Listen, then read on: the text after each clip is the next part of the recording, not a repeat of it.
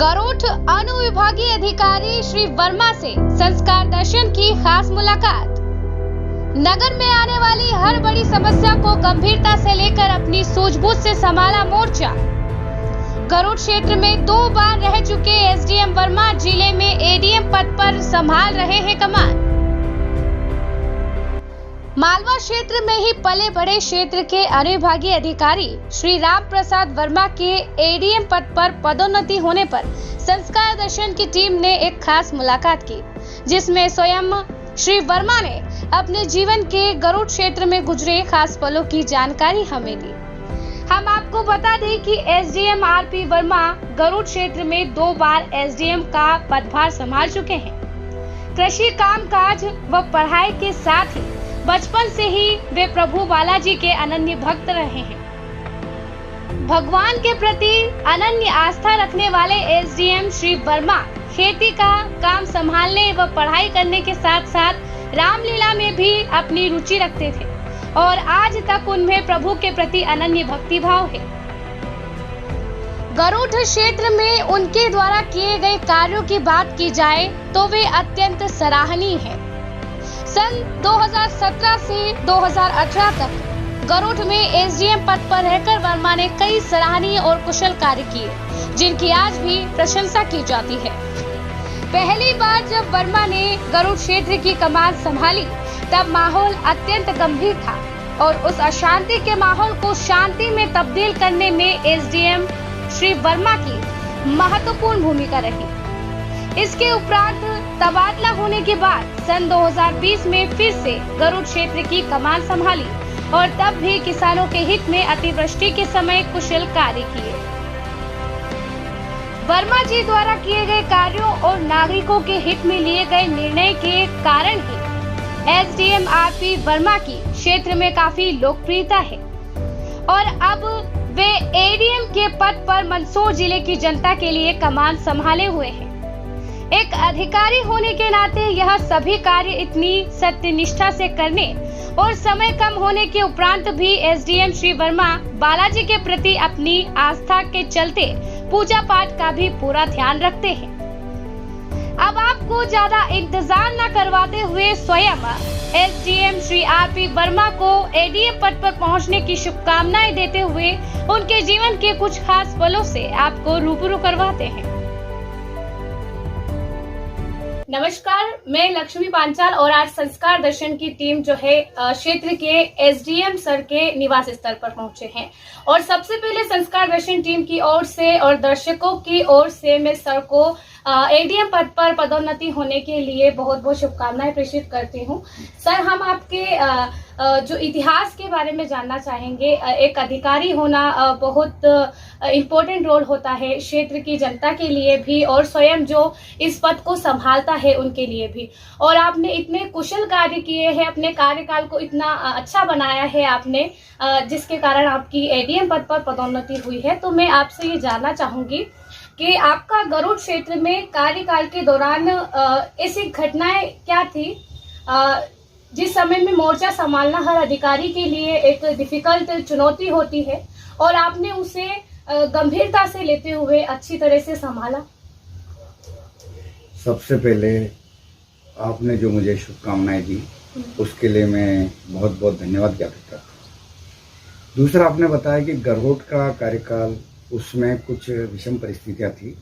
निश्चित रूप से सही बात है कि 22 अगस्त को 2017 को हमने यहाँ पदभार संभाला था और 5 सितंबर को गणेश विसर्जन में 2 संप्रदायों में आपस में विवाद हुआ, आगजनी हुई और दंगे भड़के। उस समय मेरे सामने निर्णय लेने की घड़ी थी, या तो मैं धारा 144 कर्फ्यू घोषित कर दूं और दंगों को कंट्रोल करूं। वो स्थिति मैं इसलिए नहीं लाना चाहता था कि लगभग 50 गणपति जी की मूर्तियां थी। धारा 144 की अपनी शर्तें होती है, 5 लोगों से ज्यादा लोग नहीं रह सकते। तो गणेश विसर्जन वाला जो हमारा पार्ट है वो प्रभावित होता है, धार्मिक भावनाएं आहत होती। तो हमने जो लोग उत्पात कर रहे थे उनको समझाने का प्रयास किया जितनी फोर्स थी उसके माध्यम से लॉ एंड ऑर्डर मेंटेन करने का प्रयास किया।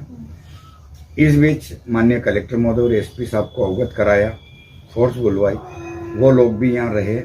और फिर जब गणेश विसर्जन पूरा हो गया हमारा, तो हमने सुबह 4:30 बजे धारा 144, उसके बाद हमने फिर शांति व्यवस्था नहीं बिगड़ने दी। बराबर जनप्रतिनिधियों के साथ बैठक की, दोनों संप्रदायों के विशेष लोगों के साथ बैठक की और उनको यह गले उतारने की कोशिश की कि शांति व्यवस्था से बढ़कर कुछ भी नहीं है। क्योंकि यदि कहीं भी थोड़ी भी अशांति होती है तो उसका सबसे बड़ा प्रभाव विकास पर पड़ता है, मानव जीवन पर पड़ता है, परिवारों पर पड़ता है, शिक्षा पर पड़ता है। इसके बावजूद 7 दिन तक यहाँ बाजार बंद रहे थे और फिर माननीय जनप्रतिनिधियों, व्यापारी संगठनों और प्रशासन के बीच में चर्चा होने पर हमारा बाजार खुला। तो ये उस समय की गरोट की बात थी। उसके बाद मेरा स्थानांतरण यहाँ से उज्जैन जिले में हुआ। वहाँ हम नागदा में एसडीएम रहे। वहाँ भी इसी तरह कुछ परिस्थिति पैदा हुई थी, तो हमने वहाँ भी सख्त निर्णय लिए और उस घटना को आगे नहीं बढ़ने दिया। इसी बीच कोरोना काल आ गया। कोरोना काल में भी हमने सख्त निर्णय लिए।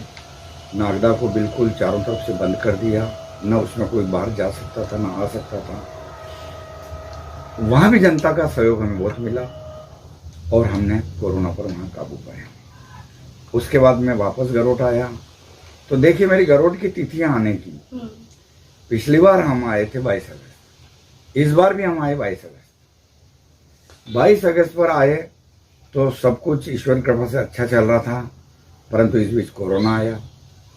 इस कोरोना ने फिर पूरे मानव जीवन को त्रस्त कर दिया और ये स्थिति बनी कि हम कैसे लोगों की प्राणों की रक्षा करें। जिला हमारे यहाँ से 100 किलोमीटर दूर है, वहां पर बेड फुल थे।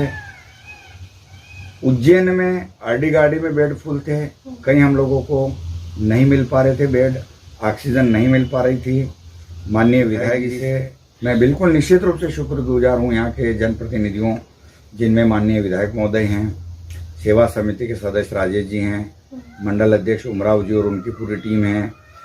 कहने का मतलब ये है कि जनप्रतिनिधि और प्रशासन इस जो संक्रमण काल था बहुत खतरनाक, उसमें एक दूसरे की पूरक बनकर ये काम करते रहे। तो हमने ऑक्सीजन की व्यवस्था की, डायरेक्ट नागदा से की। माननीय विधायक महोदय ने कलेक्टर साहब से निवेदन किया, वहां से भी की। उसके बाद ये स्थिति बनी कि ऑक्सीजन डायरेक्ट नागदा से आने लगी। सभी दानदाताओं ने हमें कंसंट्रेटर मशीनें भेंट की। उसके कारण हमने कोरोना पर काबू पाने की पूरी कोशिश की। इसमें 2 फैक्टर और काम करते रहे कि जो भानपुरा के लोग थे उनको हमने भैंसोदा में कोविड सेंटर में रोका, जो शामगढ़ में थे उनको शामगढ़ में रोका, और बाकी जो टिपिकल टाइप के पेशेंट थे उसको हमने गरोट में रोका। हमने मंदसौर जाना बिल्कुल बंद कर दिया।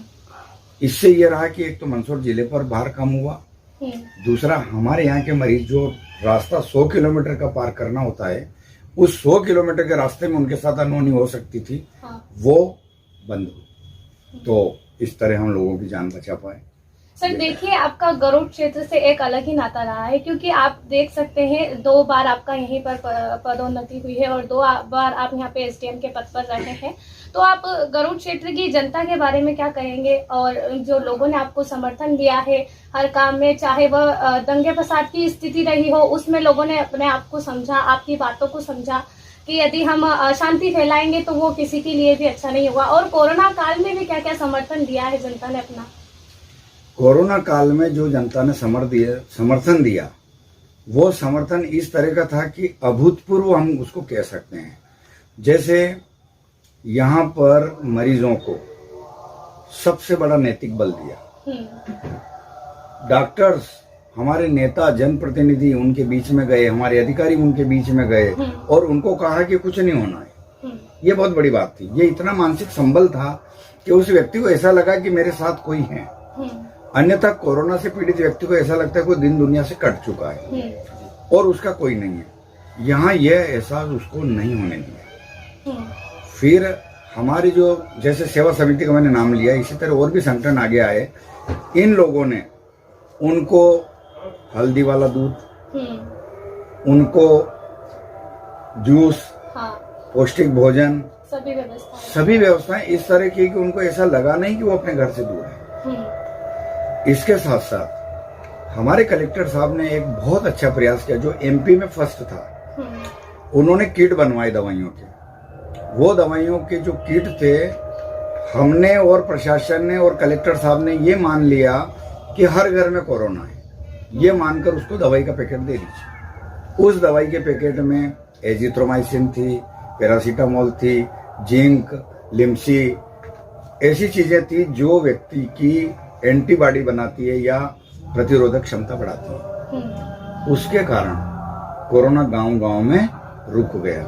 हमारे दलों ने घर घर जाकर पूछा कि आपके यहाँ कोई बीमार है, यदि है तो उसको किट दवाइयों का दिया गया और इस तरह से कोरोना की जो गति थी उसको वहीं पर ब्रेक कर दिया गया। सर, मैं अब आपकी व्यक्तिगत जानकारी लेना चाहूँगी।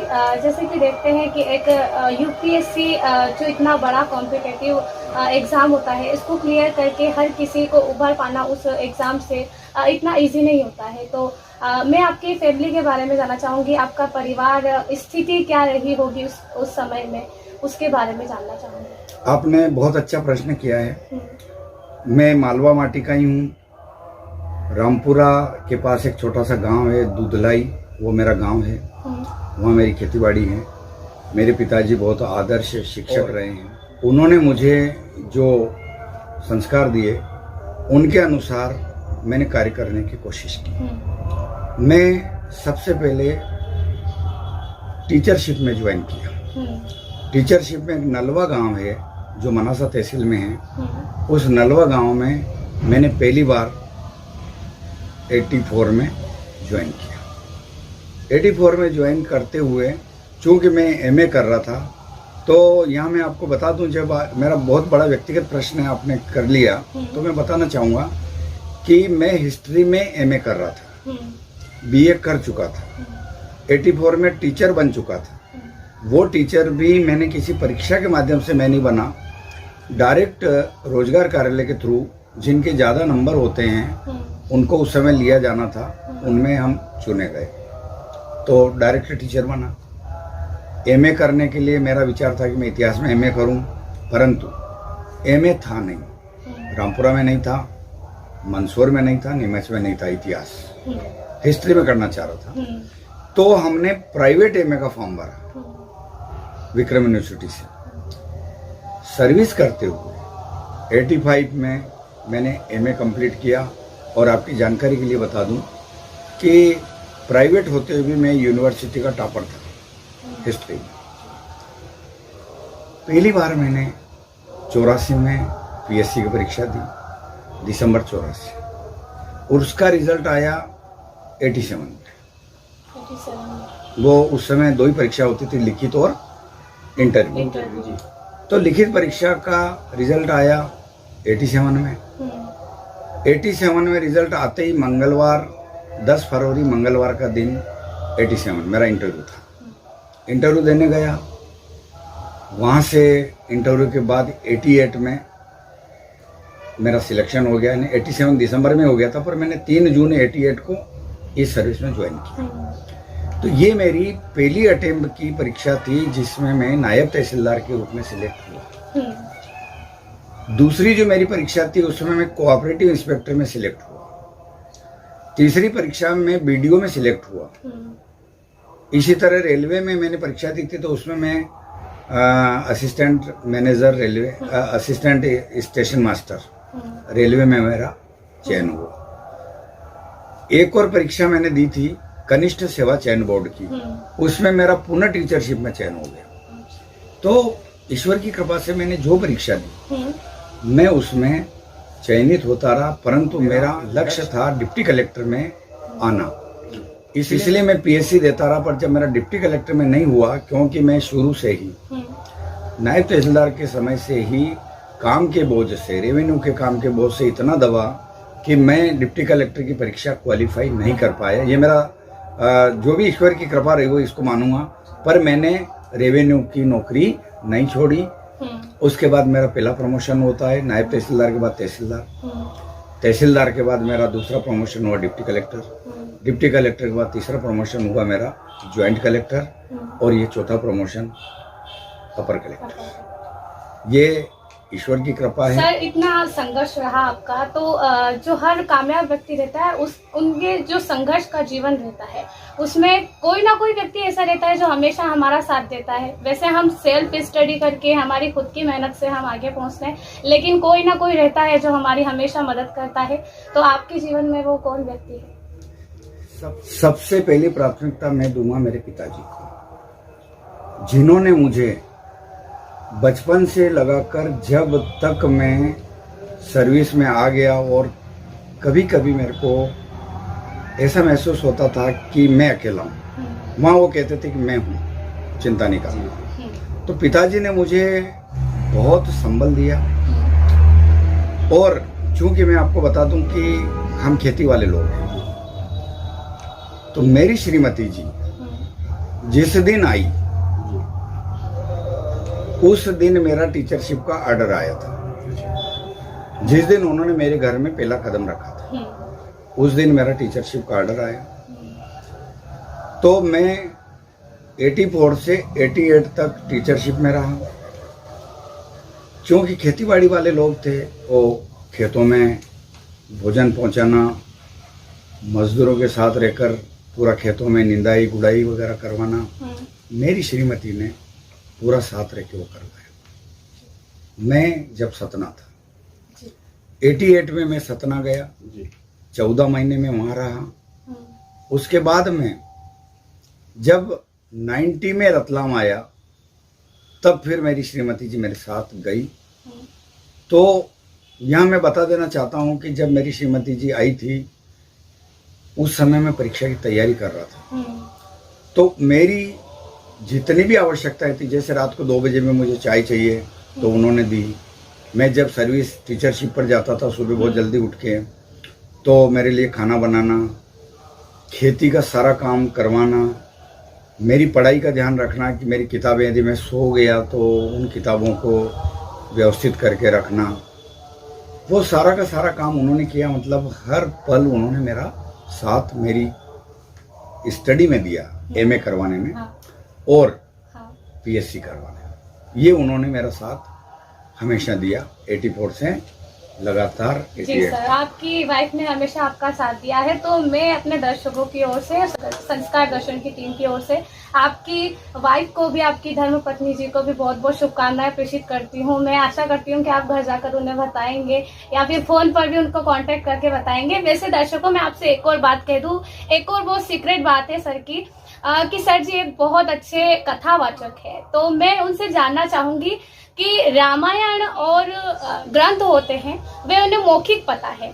तो मैं ये कहना चाहूंगी सर कि एक अधिकारी होने के तौर पर इतना समय निकाल पाना अपने प्रभु के लिए, अपने भगवान के लिए, वो आप कैसे करते होंगे? आप सही कह रहे हैं, ये बालाजी की कृपा है और कोई पूर्व जन्म का संस्कार है।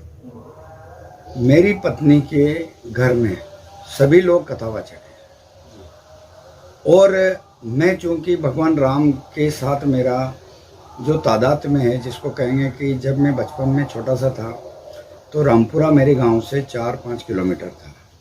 भगवान राम के प्रति जो मेरा लगाव या ऐसा रहा कि दीवानापन जिसको अपन कहेंगे, कि मैं साइकिल से पूरा पढ़ता था, खेती का काम करता था और रात में रामलीला देखने रामपुरा आता था साइकिल से। बाबूजी मना करते थे, कई बार मेरी पिटाई भी हुई, क्योंकि मुझे उनका ये कहना था कि दिन में खेती का काम, पढ़ाई का काम, रात में फिर रामलीला देखने जाना, वो मेरा एक ऐसा, मैंने उनसे चुपके जाता था। तो जब चोरी पकड़ी जाती थी तो पिटाई भी हुई है। तो भगवान राम के साथ मेरा जो भी ईश्वर ने, क्योंकि आज भी मैं भगवान राम की पूजा के बिना, बालाजी के दर्शन के बिना काम पर नहीं जाता हूँ। तो मेरा निवेदन ये है कि राम कथा में मैं इस प्रकार से आया कि मल्हारगढ़ में मेरी पोस्टिंग होती है, और कुछ लोगों ने वहाँ पर 12 साल से जो भजन कीर्तन करने वाले लोग थे उनका सम्मान रखा, जिनको 12 साल हो गए थे और भजन कीर्तन बुर्ज हनुमान जी के मंदिर में वो हर मंगलवार को करते थे। तो वो मेरे पास आए कि साहब आप मुख्य अतिथि रहेंगे। हमने कहा कि ठीक है, हाँ भर ली। परंतु जिस दिन मंगलवार आ रहा था, उनका सम्मान करना था, उसके एक दिन पहले आचार संहिता लग गई। तो मैंने मना कर दिया आने से। तो उन लोगों में से एक सज्जन थे जिनका नाम रामजी प्रजापति था। मैंने बार बार मना किया तो उन्होंने कहा ठीक है साहब, आपको नहीं आना है तो मत आइए, आचार संहिता से बालाजी का क्या काम।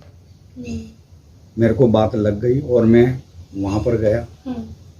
उन लोगों ने मुझे बोलने का बोला तो ईश्वर की क्या कृपा रही कि मेरे मुख से कुछ रामायण के प्रसंग निकले। उसके बाद मेरे को लक्ष्मीकांत मंदिर में इनवाइट किया गया, तो वहाँ पर मैंने कुछ दूसरे प्रसंग बताए। फिर हरक्या खाल बालाजी, वहाँ मैं जाते ही रहता हूँ। और अभी अपर कलेक्टर का जब मैंने पदभार ग्रहण किया तो 4 तारीख को मैं सबसे पहले वहीं पहुँचा था। तो बालाजी में मेरी 3 दिवसीय कथा हुई थी। ये कथा भगवान की कृपा से कहाँ से आती है, जब मैं मंच पर बैठता हूँ ऑटोमेटिक सारे प्रसंग आते हैं।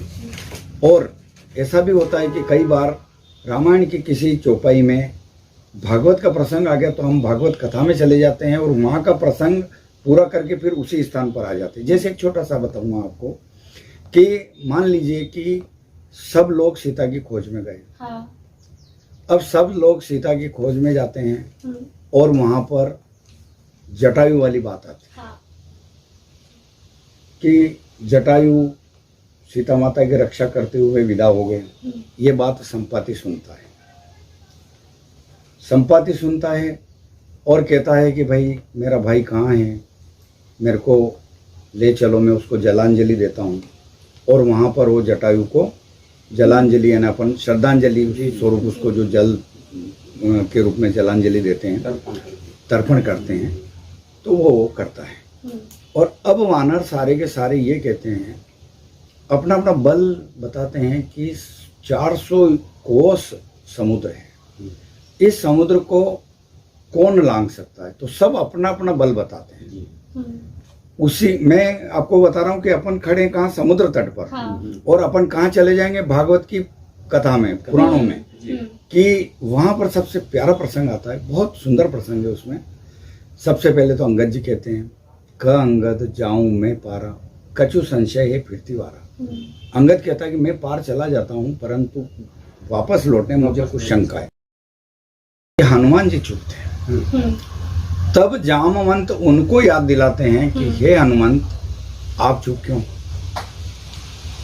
का चुप साधी रहे हो बलवाना, आप क्यों चुप हो।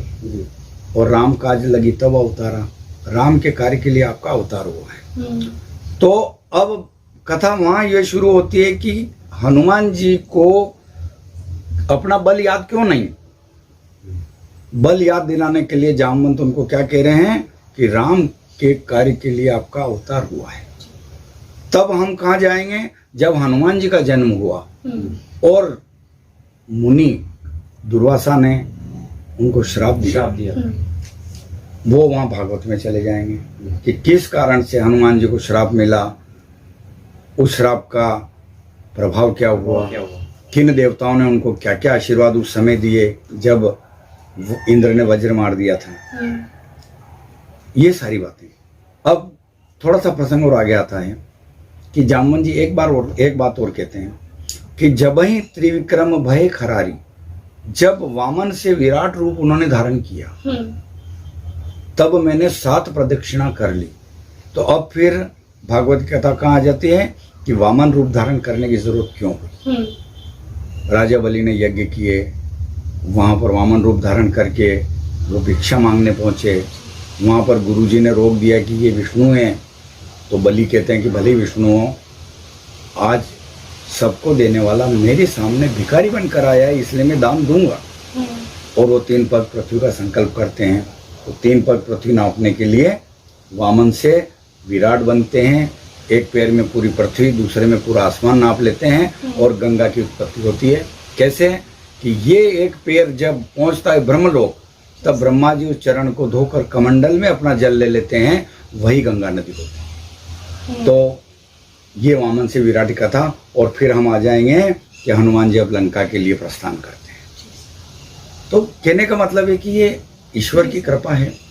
कोई बहुत अच्छा लगा आपने बताया, हमारे दर्शकों को भी बहुत अच्छा लगा। ये बालाजी की इतनी कृपा है, आप पर भी है। सर मैं आपसे ये बात पूछना चाहूंगी कि लोग कहते हैं कि जब भी हम किसी सफलता की ओर बढ़ते हैं तो हमारी मेहनत के साथ साथ नसीब भी होना चाहिए, नसीब में भी होना चाहिए। तो आप इस बात को कहाँ तक सहमत हैं? इस बात को मैं पूरी तरह से सहमत हूँ, क्योंकि जब इंसान अपनी मेहनत करता है तो वो उसका कार्य रहता है, उसको करना है, वो उसका अपना कार्य है। परंतु उस कार्य का फल देना वो ईश्वर के हाथ में है। वो कहीं न कहीं भाग्य का, जिसको हम कहते हैं कि हमारे प्रारब्ध होते हैं, पूर्व जन्म के प्रारब्ध होते हैं। जैसे दो भाई थे, एक भाई नाच गाना देखने जाता है, एक भाई राम कथा में जाता है। तो जो राम कथा में जाता है उसको ठोकर लगती है, उसका नाखून टूट जाता है। एक भाई जो नाच गाना देखने गया है उसको ठोकर लगती है, नीचे देखता है तो मोहरों से, हीरे जवाहरात से भरी एक थैली मिलती है। तो जो राम कथा में गया उसको ठोकर लगी थी, वो अपने गुरुजी के पास जाके पूछता है कि महाराज मेरे साथ ऐसा क्यों हुआ, मैं तो अच्छे काम के लिए गया था। तब गुरुजी ध्यान मग्न होते हैं और उनका प्रारब्ध देखते हैं तो पता चलता है कि पिछले जन्म में इस व्यक्ति ने जो कुछ पाप किया था उसके कारण इसको मृत्युदंड होना था, परंतु इस जन्म में अच्छे कर्मों के कारण उसे केवल ठोकर लगी है और उसके पाप का शमन हो गया। पर जो भाई उसने पूर्व जन्म में बहुत अच्छे काम किए थे, उसको राज्य का पद मिलना था, उसको नहीं मिला, क्योंकि उसने इस जन्म में ऐसे कर्म किए जिनके कारण उसके जो पुण्य थे वो क्षय होते चले गए, यानी कम होते चले गए, और केवल वो थैली भर मोहरे, हीरा जवाहरात उसके भाग्य में रह गए। तो प्रारब्ध बहुत काम करता है। ये भाग्य वाली बात बिल्कुल सही है, परंतु ये भी सही है कि हम भाग्य के भरोसे कर्म को नहीं छोड़ सकते। हमें कर्म करते रहना चाहिए, उसके अनुसार फल अवश्य मिलेगा। जी सर, आपने इतने अच्छे कर्म किए जिसके कारण आपका सपना बहुत देर से पूरा हो रहा है। आप डिप्टी कलेक्टर के लिए अभी आप एडीएम पद पर पदोन्नति हुई है आपकी, बहुत खुशी हुई है हमें भी, और हमें एक जरा सा खेद भी है कि आप इस गरुड़ क्षेत्र से वहाँ पर कार्यरत हो जाएंगे। तो जनता यही चाहेगी कि आप गरुड़ की जनता के लिए क्या कहना चाहेंगे? इस पदोन्नति पर भी आपको शुभकामनाएं प्रेषित करते हैं, उनको धन्यवाद के लिए आप क्या कहना चाहेंगे? गरुड़ की जनता इतनी शानदार जनता है, यदि हमने एक दानदाता को इशारा किया है तो वहाँ 100 खड़े होते हैं। ये बहुत बड़ी बात है। यहाँ न तो अच्छे लोगों की कमी है, न अच्छे दानदाताओं की कमी है, और उनसे सहयोग लेने वाला प्रशासनिक अधिकारी या प्रशासन चाहिए। गरुड़ के लोग, हम यदि एक कदम बढ़ाते हैं तो गरुड़ के लोग 10 कदम बढ़ाते हैं। ऐसी गरुड़ की हमारी जनता है। इतने अच्छे जनप्रतिनिधि हैं जिनको हम निश्चित रूप से जीवन में कभी नहीं भुला पाएंगे। गरुड़ की जनता ने जितना प्रेम प्यार इसने दिया वो मेरे लिए बहुत बड़ी उपलब्धि है, और इसके लिए मैं गरुड़ के माननीय जनप्रतिनिधियों का, मेरे सारे साथी अधिकारियों का, सारे मीडिया कर्मी पत्रकार साथियों का और पूरी जनता का हार्दिक आभार व्यक्त। जी सर, मेरा आपसे यह प्रश्न है कि आपका जो हर आदेश रहता है वो इतना कानून की पकड़ में रहता है और इतना सही रहता है कि कोई भी सामने वाला आपके आदेशों को चुनौती नहीं दे सकता। वो जो भी आप आदेश देते हैं उनको पता रहेगा कि आप अगर वे उसको गलत साबित करते हैं तो क्यों करें, क्योंकि आप इतने सही निर्णय लेते हैं हमेशा। जैसे कि हम उदाहरण के तौर पर देखते हैं, नागदा में भी आपने जो फैक्ट्रियां बंद करवाई थी, इतने सख्त निर्देश लिए थे, तो उनके बारे में आप क्या कहेंगे? यहाँ मैं स्पष्ट कर देना चाहता हूँ कि मेरा जो विभाग है वो मूल विभाग राजस्व विभाग है, जो ज़मीनों से जुड़े हुए मसले निपटाता है। तो सबसे पहली बात तो है कि मैं खुद खेती वाला हूँ और कृषि के मामले में मुझे बहुत ज्ञान है कि किस प्रकार से एक व्यक्ति दूसरे को दुख देने के लिए सीमांकन करवाएगा, कब्जा लेने का प्रयास करेंगे, अतिक्रमण करेंगे। ये सारी चीज़ें जब मैंने बचपन में देखी हुई है और इस पूरी सर्विस के दौरान देखी है, तो गलती कहाँ है वो मेरे से छिप नहीं सकती कि कौन व्यक्ति गलत है। मान लीजिए कि मैं 1 हेक्टेयर ज़मीन का मालिक हूँ, तो मैं मेरा 1 हेक्टेयर तो अपने पास सुरक्षित रखूँगा और मेरे दाएं वाले भाग में यदि कोई कमजोर व्यक्ति बैठा हुआ तो मैं उसकी जमीन में घुसने का प्रयास करूं। इसके लिए मैं मशीनरी का दुरुपयोग करना चाहूंगा। ये स्थिति ऐसी बनती है कि ये मेरे से छूट नहीं सकती। अब बात आती है जैसे नागदा के आपने प्रश्न किया, फैक्ट्रियां बंद की थी, मैंने बिल्कुल की थी, क्योंकि कोरोना काल चल रहा था। और कोरोना काल में जब हमने सारी चीजें बंद कर दी, यहाँ तक कि हमने चाय की दुकान बंद कर दी, तो फिर इतने हजारों वर्कर्स वाली फैक्ट्रियों को हम क्यों नहीं बंद करें? कोरोना तो उनसे भी फैलेगा। इसलिए हमने उनको बाकायदा फैक्ट्री बंद करने का आदेश दिया, बुलाया। उन्होंने कहा कि साहब हमारी फैक्ट्रियां तो बंद करने में टाइम लेती है, एक यूनिट बंद होती है फिर दूसरी होती है। तो हमने उनको कहा कि आप अपना शटडाउन प्लान हमें दीजिए और उस शटडाउन के अनुसार आपको अपनी फैक्ट्री क्रमशः बंद करना पड़ेगी। 4 फैक्ट्रियां थी, चारों फैक्ट्रियों को क्रमशः बंद कराया और वो पूरे कोरोना काल बंद रही। ये एक बहुत बड़ी बात थी जिसमें लोगों ने कहा था कि फैक्ट्रियां कभी बंद नहीं हुई, पर हमने कहा कि नहीं, जनहित में हमें निर्णय लेना है, हम बंद करेंगे क्योंकि कोरोना वहां से भी फैल सकता है, और हमने बंद करी। जी, बट सर इस परिस्थिति में मजदूरों का आपको आक्रोश भी झेलना पड़ा होगा और आपके जो सीनियर अधिकारी हैं उनका भी आपको आदेश मानने पड़े होंगे, तो उस समय आपने कैसे इस मोर्चे को संभाला? 2 चीजें होती हैं, हमने फैक्ट्रियां बंद करी, परंतु हमारे कर्मचारियों को जो वहाँ मजदूर हैं उन लोगों को तकलीफ नहीं हो, इसलिए हमने फैक्ट्री प्रबंधन और जो हमारे कामगारों के नेता थे उनके बीच में समन्वय बिठाकर ये कोशिश करी कि उनकी तनख्वाहों पर उसका कोई असर नहीं पड़े। वरिष्ठ अधिकारियों की बात है, यदि मेरी पूरी सर्विस काल में मेरा वरिष्ठ अधिकारियों से कभी कोई टकराव नहीं हुआ, उसका कारण ये कि जब हम हमारे वरिष्ठ अधिकारियों को पूरी जमीनी स्थिति बता देंगे तो वो हमारे निर्णय को फेवर करेंगे। ये मेरे साथ हुआ है। तत्कालीन कलेक्टर साहब जो थे शशांक मिश्रा साहब, मेरे इस निर्णय को उन्होंने बहुत सराहना की। और ऐसी परिस्थिति उस दिन भी आई जिस दिन गरुड़ में दंगा हुआ। कलेक्टर साहब ने मेरे को बोला था मंदसौर से कि धारा 144 लगा दीजिए। मैंने उनसे विनम्रतापूर्वक निवेदन किया कि सर इतने लोग हैं अभी कि 144 लगाना उचित नहीं होगा, क्योंकि उसका इम्प्लीमेंट नहीं हो सकेगा। हम सुबह गणेश विसर्जन के बाद लगा देंगे। साहब ने बाकायदा सहमति दी और उसमें उन्होंने हमारी बात, हमारा निवेदन स्वीकार किया। तो अधिकारी सपोर्ट करते हैं। जनता में यदि हम सही चीज रखेंगे, जनता सपोर्ट करेगी, जनप्रतिनिधि सपोर्ट करेंगे। शासन और प्रशासन, प्रशासन में अधिकारी होते हैं, शासन में जनता और जनप्रतिनिधि होते हैं। इन दोनों में टकराव कहीं नहीं होना चाहिए, समन्वय होना चाहिए। दोनों एक दूसरे के पूरक हैं और मेरे साथ यही हुआ है। सभी जगह से मुझे भरपूर सहयोग मिला। सर मैं जाते जाते आपसे एक और बात कहना चाहूंगी कि आप कुछ ऐसे रामायण के या फिर तुलसीदास जी के चरण यहाँ पर बोले जिनमें बालाजी का उच्चारण हुआ हो। देखिए, वो तो हरि अनंत, हरि कथा अनंता, बिल्कुल अनंत है। भांति भांति से लोग उनको गाते हैं। तो जैसे हमारे मन में विचार आते हैं, हम उस मान से भगवान को देखते हैं। जाकी रही भावना जैसी, प्रभु मूर्ति देखी तिन तैसी। मैं आपको यदि मेरे मित्र के रूप में देखूंगा तो मुझे आपके प्रति हमेशा स्नेह की भावना बढ़ेगी। यदि मैं आपको शत्रु के रूप में देखूंगा तो एक ओरा काम करता है, भावना, वेव्स, तरंगे। मैंने यदि आपको अपना दुश्मन माना है तो आपके मन में भी मेरे प्रति वो भाव उत्पन्न हो जाएंगे। ये नेचुरल है। टेलीपैथी भी इसको कहते हैं। जैसे मान लीजिए कि मैंने आपके विषय में कुछ सोचा, आप तत्काल वही बात मेरे लिए सोचते हैं। ये टेलीपैथी है और ये वेव्स होती है।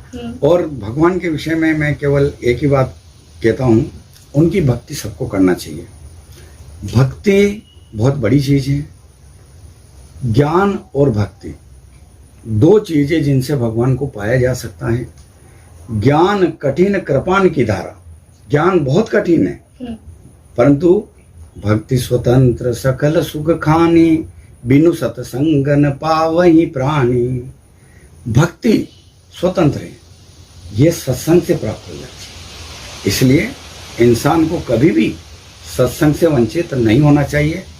जहाँ 2 नाम अच्छे मिलते हैं, अच्छी प्रेरणा मिलती है, वहाँ इंसान को जाना चाहिए, अच्छे लोगों के सत्संग करना चाहिए।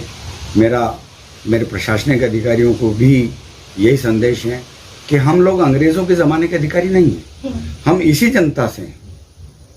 आज फर्क इतना है कि मैं टेबल के इस पार अधिकारी बन के बैठा हूं, आप उस पार जनता के रूप में हैं।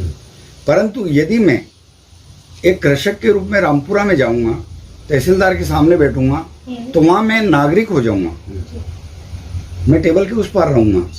तो यदि मेरे साथ वहां का अधिकारी अच्छा व्यवहार नहीं करेगा तो मुझे कैसा लगेगा? ये बात मुझे समझना होगी कि मुझे भी लोगों के साथ अच्छा व्यवहार करना चाहिए, क्योंकि जो चीज मैं अपने लिए पसंद नहीं करता वो दूसरों के लिए कैसे सोच सकता हूँ।